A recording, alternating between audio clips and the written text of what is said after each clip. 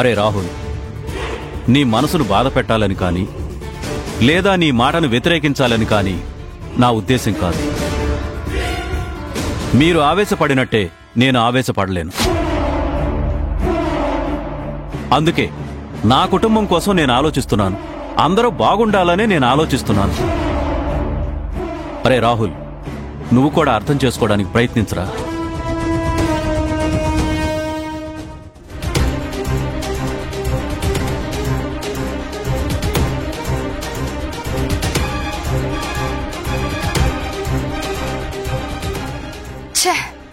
ఈ ఇల్లు మారితే ఈ అభిముఖం చూసే దుస్థితి ఉండదు అని తెగ సంబరపడిపోయాను. ఆ సంబరం మీద ఒక్కసారిగా సాంబారు చల్లినట్టు అయిపోయింది. చిచే,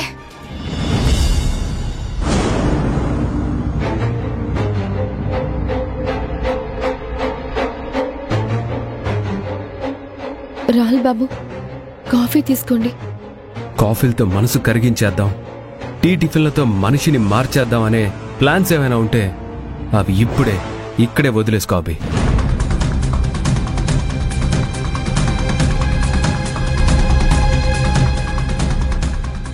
ఎందుకంటే ఇలాంటి చీప్ ట్రిక్స్కి చిల్లర పనులకి కరిగిపోయేంత అమాయకుణ్ణి కాదు.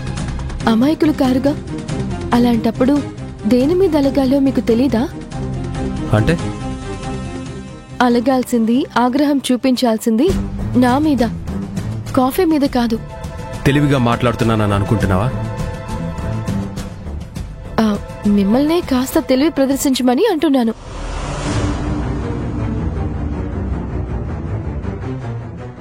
నా మీద కోపం ఉంటే అది నా మీదే చూపించండి. అంతేకాని తినే తిండి మీద, తాగే కాఫీ మీద కోపం చూపించడంలో అర్థం లేదు. నేను కోపం చూపించేది తాగే కాఫీ మీద కాదు, అది తెచ్చే చేతి మీద. ఆ చెయ్యి కలిగిన మనిషి మీద.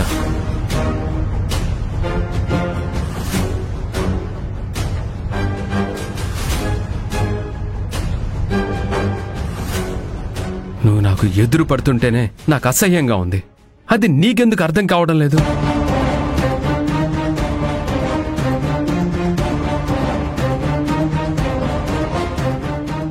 దయచేసి ఇక్కడి నుంచి పో, లేకపోతే సమాధానం ఇంత సౌమ్యంగా రాదు. చంప చెళ్ళు అనిపించేలా వస్తుంది. వెళ్ళిక్కడి నుంచి.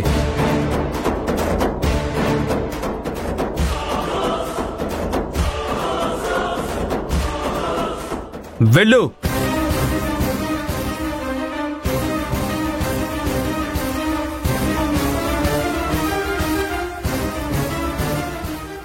అయ్యో పాపం, కాఫీ ఇద్దామని వెళ్తే కసురుకుని పంపించేశాడా? అభిమానం చూపిద్దామని వెళ్తే అసహ్యించుకుని తరిమేశాడా? ఇప్పటికైనా అర్థం చేసుకో అభి. నీ చుట్టూ ఉన్న బంధాలకి, నీ మెడలో తాళి కట్టిన భర్తకి నువ్వు దూరంగా బతకాల్సిందే. ఒకవేళ దగ్గరవుతామని ప్రయత్నించినా నేను మిమ్మల్ని దగ్గర కానివ్వను అని నువ్వు నమ్మాల్సిందే. చూడైరేంద్రి, తాత్కాలికంగా ఈ తీరం ఆ తీరం వేరుగా ఉండొచ్చు, కానీ ఏదో ఒక రోజు ఆ రెండు తీరాలని కలిపే వారధి ఏర్పడొచ్చు. అదే ప్రేమ వారధి. ఏదో ఒక రోజు ఆ ప్రేమ వారధితోనే నేను, రాహుల్ బాబు దగ్గరవుతాం. అది నీ కళ్ళతో నువ్వే చూస్తావు. ఆఫ్టర్ ఆల్ నువ్వు కాఫీ ఇస్తేనే కసురుకొని పంపించేశాడు. అలాంటిది మనసు మనసు కలిసే విధంగా వారధి వేస్తాడా? దానికి నువ్వు ప్రేమ వారధి అని పేరు పెడతావా? వింటూ ఉంటేనే పగలబడి నవ్వాలనిపిస్తోందభి. ఇంకా ఏ ధైర్యంతో ఇలాంటి పిచ్చి పిచ్చి నమ్మకాలు పెట్టుకుంటున్నావు నువ్వు? ఇప్పుడు ఆయన మనసు బాలేదు. కాఫీ నేనిస్తేనే కాదు, నువ్విచ్చినా ఆయన తీసుకునే పరిస్థితిలో లేరు. ఏంటి, నేను కాఫీ ఇస్తే రాహుల్ తీసుకోడా? అవును. నిజానికి నీ మొహం చూసినా రాహుల్ బాబు అసహించుకుంటారు. ఏంటి, నన్నే రెచ్చగొడుతున్నావా? లేదు, నిజం చెప్తున్నాను. నీ చేత్తో ఇచ్చిన రాహుల్ బాబు కాఫీ తీసుకోరు. నువ్వు నేను ఒకటి కాదని ఇప్పుడు నిరూపిస్తాను, చూడు.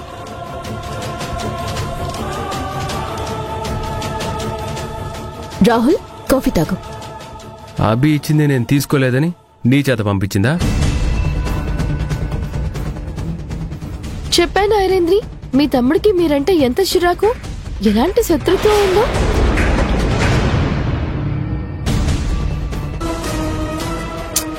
కనీసం నువ్విచ్చినా కూడా కాఫీ తీసుకోవడం లేదు. ఏంటి, మా అక్క మీద నాకు చిరాక? మా ఇద్దరి మధ్య శత్రుత్వం? అక్క, ఆ కాఫీ ఇవ్వు.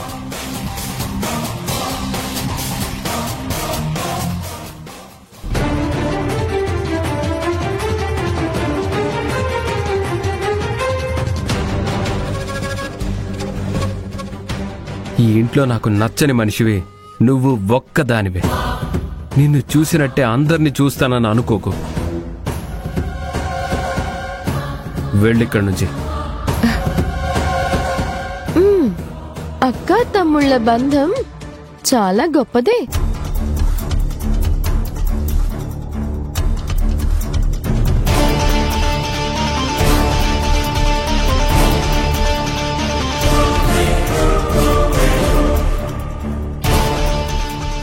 నువ్వు వేసిన పందెంలో నేనే గెలిచాను, చూసావా? ఏంటి, నువ్వు గెలిచావా? నువ్వు పందెంలో గెలవడం కాదు, నేను వేసిన గ్యాలానికి నువ్వు పడ్డావు. అసలు నువ్వు గెలిస్తే ఏంటి, ఓడితే ఏంటి? నాకు కావాల్సింది రాహుల్ బాబు నా కాఫీ తాగడం.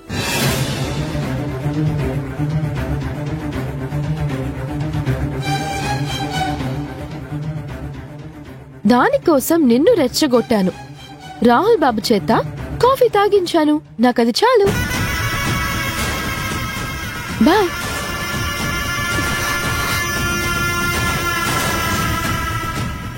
దీన్ని చాలా తక్కువగా అంచనా వేశాను. ఈ ఇంట్లో నా స్థానం ఏంటో నేను నిరూపిద్దామనుకుంటే దాని తెలివితేటల ముందు నేను ఓడానని అది నిరూపించింది. ఛ!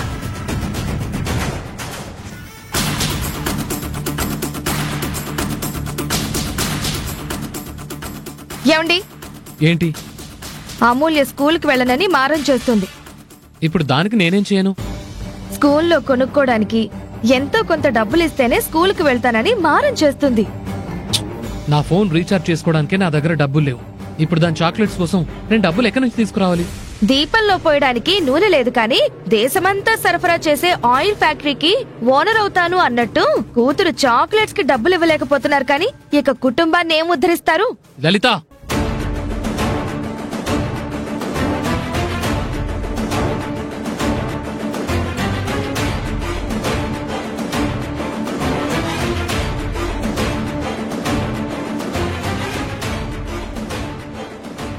భర్త మనసు బాలేకపోతే కాస్త ఓదార్చేలా మాట్లాడాలి, అంతేగాని ఒంటి మీద వాతలు పెట్టినట్టు మాట్లాడకూడదు. ఇంకా ఈ విషయం నీకెప్పటికి తెలుస్తుంది?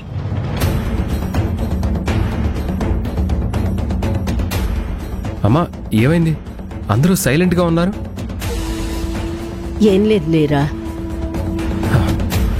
అమ్మా, ఇంట్లో సరుకుల కోసం డబ్బులు అడిగావు కదా, ఇదిగో తీసుకో.